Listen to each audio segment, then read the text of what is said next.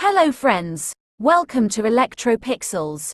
If you like our channel, please don't forget to like, share, subscribe and press the bell icon for getting further notification. Hello friends, once again welcome back to ElectroPixels. Today in this video we are going to repair this 32-inch Samsung LED TV with the fault backlight. Sound okay? No picture problem?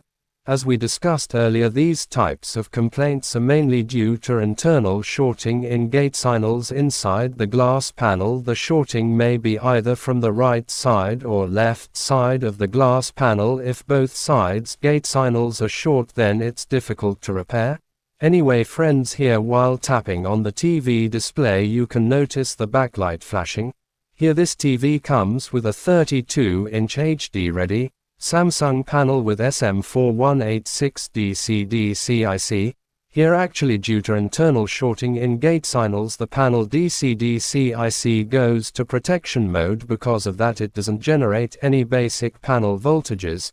So here these are the Gatesignals tracks from the right side and left side of the glass panel respectively. So let's start the repair process.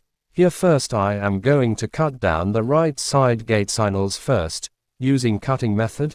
If picture is okay then do nothing. If picture is not okay and complaint remains same, then rejoin the all cutted tracks, and cut down the opposite left side Gatesignal tracks.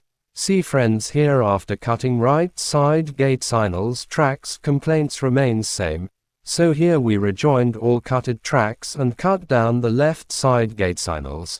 See friends, after blocking left side Gatesignals now picture comes and the TV started working back to normal. Always remember that this is just only a temporary solution. Permanent solution is always panel replacement, and we can't predict how long the display will work using this method. It completely depends on user luck basis.